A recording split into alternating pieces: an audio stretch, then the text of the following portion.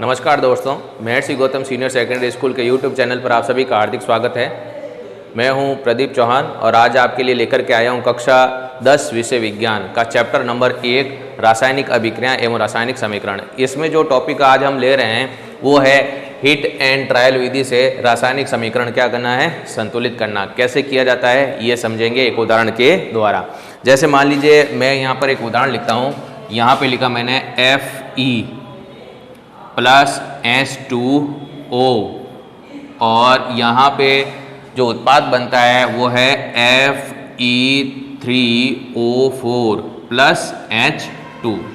ठीक है, अब यहाँ पर आप देख सकते हैं कि ये जो रासायनिक समीकरण लिखा हुआ है यह संतुलित नहीं है। संतुलित क्यों नहीं है? क्योंकि आप यहाँ पर देख सकते हो कि यहाँ Fe आयरन जो है 1 है, जबकि इधर कितना है, 3 है।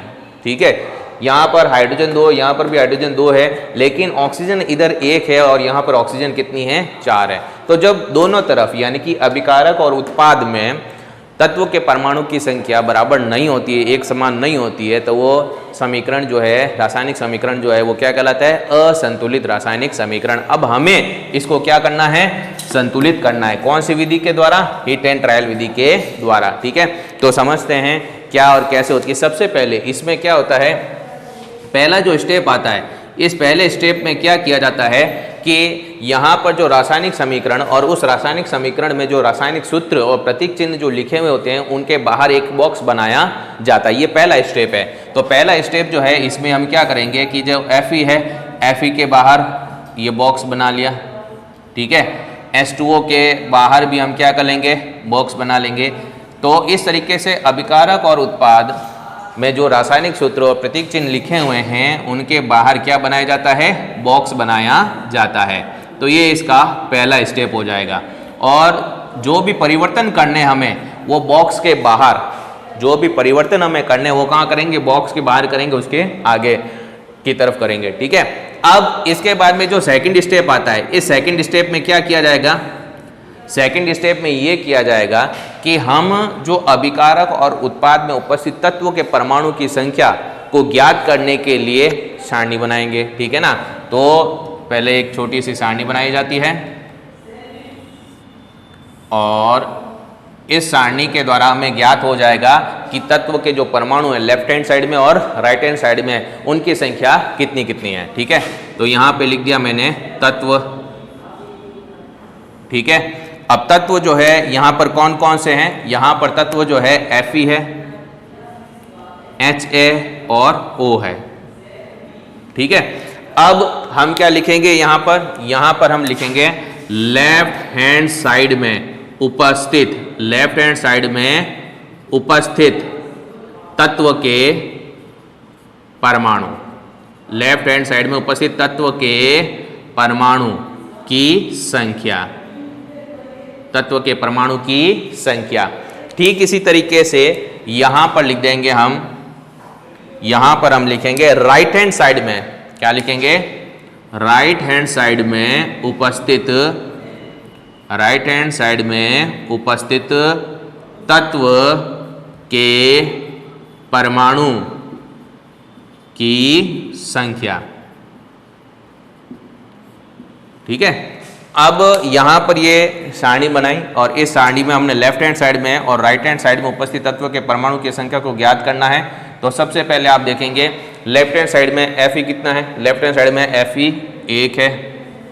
ठीक है ना, फिर आप देखेंगे H कितने हैं, H यहाँ पर 2 है, O कितने हैं यहाँ पर, O यहाँ पर 1 है, यानी Fe 1 हो जाएगा, H 2 है और O कितना 1 है, यानी आयरन 1 है, हाइड्रोजन 2 है और ऑक्सीजन कितनी है, 1 है।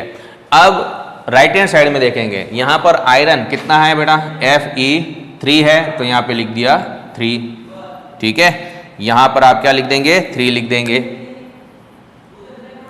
ये आ जाएगा 3। फिर आप देखें यहाँ पर हाइड्रोजन जो है यहाँ कितना आ रहा है, 2 आ रहा है। और उसके बाद में आप देखेंगे ऑक्सीजन कितनी आ रही है, ऑक्सीजन यहाँ पर कितनी आ रही है, 4 आ रही है। तो इस तरीके से इस असंतुलित रासायनिक समीकरण में हमने लेफ्ट हैंड साइड में और राइट हैंड साइड में उपस्थित तत्वों के परमाणु की संख्या को ज्ञात किया। इस सारणी से हमें ये पता चलता है कि जो ऑक्सीजन जो है, ठीक है, ऑक्सीजन तत्व के जो परमाणु है वो सबसे अधिक संख्या में उपस्थित है, देख सकते हैं 4। ठीक है, तो तीसरा स्टेप ये कहता है कि सबसे पहले उस तत्व के परमाणु को संतुलित कीजिए जो सबसे अधिक संख्या में, सबसे अधिक मात्रा में उपस्थित हो, चाहे वो अभिकारक में हो या फिर किस में हो, उत्पाद में हो। ठीक है, तो तीसरा स्टेप क्या होगा? तीसरे स्टेप में हम क्या देखते हैं? तीसरे स्टेप में हम सबसे पहले किसको संतुलित करने की कोशिश करेंगे? जो तत्व का परमाणु सबसे अधिक संख्या में उपस्थित हो, चाहे वो लेफ्ट हैंड साइड में हो चाहे वो राइट हैंड साइड में हो। तो यहां पर आप देखो Fe ये वाला लिख दिया आपने, फिर आपने क्या लिख दिया? H2O, ये लिख दिया H2O, फिर तीर का निशान बनाया और यहां पर बॉक्स के अंदर क्या लिखा हुआ है? यहां बॉक्स के अंदर लिखा हुआ है Fe3, Fe3O4, Fe3O4, Fe3O4। ठीक है, फिर बॉक्स के अंदर क्या लिखा हुआ है? H2। अब आप देख सकते हो कि राइट हैंड साइड में ऑक्सीजन की संख्या कितनी है? 4 है, जबकि इधर कितनी है? केवल 1 ही है। ठीक है, तो अब इसको संतुलित करने के लिए हम इस बॉक्स के बाहर क्या लिख देंगे? 4 लिख देंगे। 4 लिखते ही हम क्या देखते हैं कि 4 का गुणा हाइड्रोजन की परमाणु की संख्या के साथ में हो जाएगा, यानी कि 4 दूने 8, और ये ऑक्सीजन है 1 है, तो 4 एकम 4। तो ऑक्सीजन तो 4 हो गई। ऑक्सीजन के 4 होने के साथ साथ में हमने क्या देखा कि हाइड्रोजन परमाणु की संख्या भी कितनी हो जाती है? 8 हो जाती है। लेकिन यहां पर तो 2 ही है, तो इसका मतलब यह हुआ कि जब सबसे अधिक संख्या में उपस्थित तत्व का परमाणु संतुलित हो जाता है तो उसके बाद में किसी भी तत्व के परमाणु को संतुलित किया जा सकता है। तो अब हम जो है इसमें हाइड्रोजन को संतुलित करेंगे। क्यों करेंगे? क्योंकि लेफ्ट हैंड साइड में हाइड्रोजन की संख्या कितनी हो गई? 4 दूनी 8 हो गई, जबकि इधर कितनी है? केवल 2 ही है। ठीक है, तो देखें चौथा स्टेप क्या होगा? चौथे स्टेप में Fe लिख दिया आपने, प्लस यहां पर आपने लिख दिया 4, और ये बॉक्स के अंदर H2O, एरो का निशान, फिर उसके बाद में Fe3O4 बॉक्स के अंदर आपने लिख दिया Fe3O4, और उसके बाद में आप यहां पर देखें हाइड्रोजन संख्या में 2 ही है। संतुलित करेंगे, संतुलित करने के लिए गुणा करना पड़ेगा किसके साथ में? 4 के साथ में, तभी तो कितनी होगी? वो 8 होगी। ठीक है ना, तो 4 लिखा बॉक्स के बाहर और ये H2, तो 4 दूने 8 हो गए। ठीक है, और इधर भी 4 दूने 8 बराबर। ऑक्सीजन भी आप देख सकते हो 4 है और यहां भी ऑक्सीजन 4 है। अब इसके बाद बच गया क्या? Fe, आयरन बच गया। लेफ्ट हैंड साइड में 1 और राइट हैंड साइड में कितने हैं? 3 है। तो संतुलित करने के लिए हम क्या करेंगे? लेफ्ट हैंड साइड में उपस्थित Fe के बॉक्स के आगे क्या लिख देंगे? 3 लिख देंगे। ठीक है, तो 5वां स्टेप जो होगा, इस 5वें स्टेप में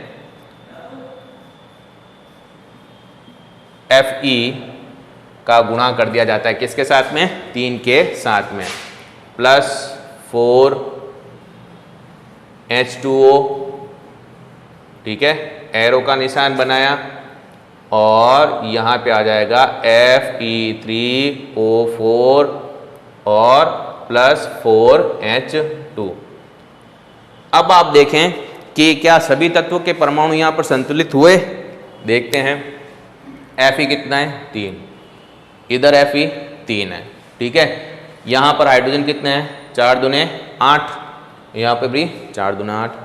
ऑक्सीजन कितनी है? यहां पे 4, यहां पर भी ऑक्सीजन कितनी है? 4। यानी कि सभी तत्वों के परमाणु क्या हो गए? संतुलित हो गए। जब सभी तत्वों के परमाणु संतुलित हो जाते हैं तो बॉक्स को हटा दिया जाता है और रासायनिक समीकरण को सामान्य रूप से लिख दिया जाता है। तो 6 स्टेप में हम क्या करेंगे कि बॉक्स हटा देंगे और सामान्य तरीके से समीकरण को लिखेंगे। 3Fe प्लस 4H2O, फिर Fe3O4 प्लस 4H2। ये इस प्रकार से जब समीकरण को सामान्य तरीके से लिख दिया जाता है तब उसके बाद में अभिकारक और उत्पाद, अभिकारक और उत्पाद की भौतिक अवस्थाओं को लिखा जाता है। ठीक है, तो अगले स्टेप में जो है इनकी क्या लिखेंगे, भौतिक अवस्थाएं। जैसे कि आयरन लोह तत्व जो होता है वो सॉलिड स्टेट में होता है, ठोस अवस्था में होता है, तो यहाँ पे लिख दिया S। और यह जो आयरन जो है, ये जो लोह तत्व है, ये जल वाष्प से क्रिया करता है, और जल वाष्प कौन सी अवस्था में, गैस अवस्था में है, तब यहाँ पर 4H2O और इसके आगे लिख दिया G। ठीक है, फिर इसके बाद में Fe3O4। ठीक है, यहाँ पर ये जो आयरन ऑक्साइड जो प्राप्त हो रहा है, ठीक है, यहाँ पर आप देख सकते हो कि ये सॉलिड होता है, तो Fe3O4 यहाँ पर लिख दिया S, और हाइड्रोजन गैस अवस्था में होती है तो इसके पास में लिख दिया जाता है क्या, G लिख दिया जाता है।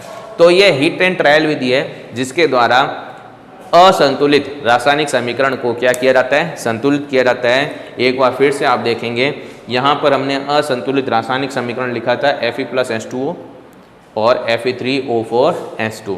तो सबसे पहला स्टेप हीट एंड ट्रायल विधि का है कि अभिकारक और उत्पाद में उपस्थित रासायनिक सूत्र और जो प्रतीक चिन्ह हैं उनके बाहर क्या बनाए जाते हैं, बॉक्स बनाए जाते हैं, और जो भी परिवर्तन किए जाते हैं वो बॉक्स के बाहर आगे किए जाते हैं। ठीक है, फिर दूसरा स्टेप इसका क्या कहता है कि रासायनिक समीकरण में उपस्थित जो तत्व हैं उन तत्व के परमाणु की संख्या को ज्ञात करने के लिए सारणी बनाई जाती है, जिससे हमें लेफ्ट हैंड साइड में और राइट हैंड साइड में उपस्थित तत्व के परमाणु की संख्या ज्ञात हो जाती है।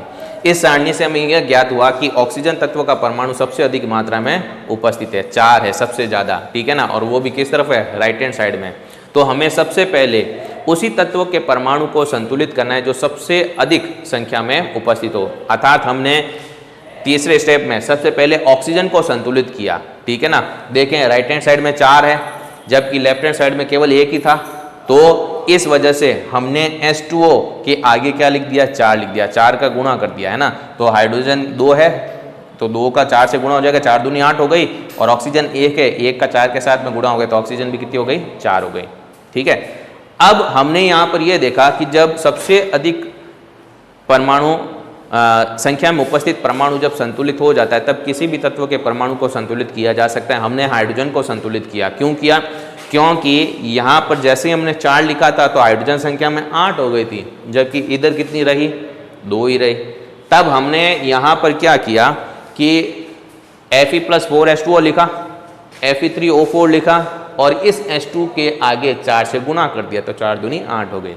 पीछे रह गई अब Fe, तो Fe को भी हमें संतुलित करना था। क्यों संतुलित करना था, क्योंकि यहाँ पर Fe3 है जबकि इधर कितना है, केवल 1 ही है ना। तो संतुलित करने के लिए हमने इस Fe के आगे 3 लिखा, 3 से गुणा किया तो संतुलित हो गई 3Fe, 4H2O, Fe3O4 + 4H2।